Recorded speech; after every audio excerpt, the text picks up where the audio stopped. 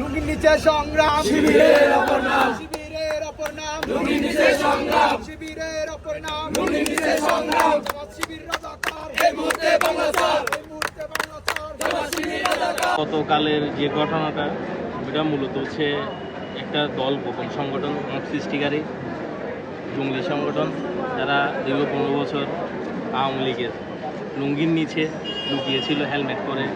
5 তারিখের পরে তারা এখন বীর বাহাদুর দাবি করে নিজেদের। আর এই হচ্ছে মূলত ছাত্রলীগের একজন মহসিন কলেজ ছাত্রলীগের একজন নেতা।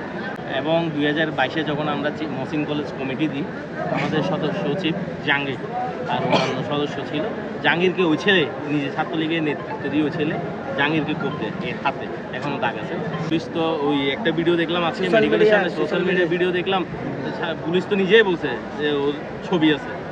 এখন ওরা বলতেছে একটা কথা বলছে সে যে ছবিতে থাকতেই পারে, প্রমাণ ছবি থাকতে পারে। আপনি ইউজুয়াল কোনো বিয়ে বাড়িতে কোনো মেজবানিতে ছবি থাকে এক জিনিস, আর দলীয় কর্মকাণ্ডে ছবি থাকে এক জিনিস। ওর তো প্রোগ্রামগুলো হচ্ছে দলীয় কর্মকাণ্ডে।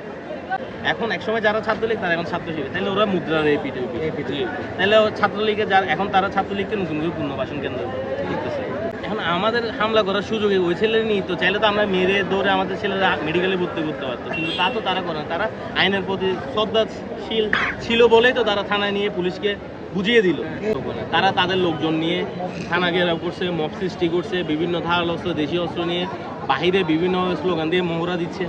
আমাদের কয়েকজন বেশ কিছু ছেলে আহত হয়েছে, একজন গুলিবিদ্ধ হয়েছে, হবে 7-8 জন ব্যাপার। তার জন্য একটু শারীরিকভাবে একটু ইয়ে হবে, তাই অবশ্যই তাদেরকে থানা গেলে মুভ করে আইনি ব্যবস্থা নিতে। সবাই তো কলেজে নিচ্ছে, সবার অধিকার আছে কলেজে যাওয়ার, ক্যাম্পাসে বসার, আড্ডা দেওয়ার, পড়ালেখা করার। কলেজ ক্যাম্পাসটা সকলে সব অবস্থানে সকলের রাজনীতি করার অধিকার আছে। আমরা গণতন্ত্রের জন্য সবাই যুদ্ধ করছি না, নতুন করে সবাই গণতন্ত্র ফিরে আসছে না, নতুন করে বাংলাদেশ স্বাধীন হয়েছে না, এই দিন দেখার জন্য আমরা এটা করি। আমরা এক না এক তন্ত্র কেউ কায়েম করবে, এটার জন্য আমরা এটা করি।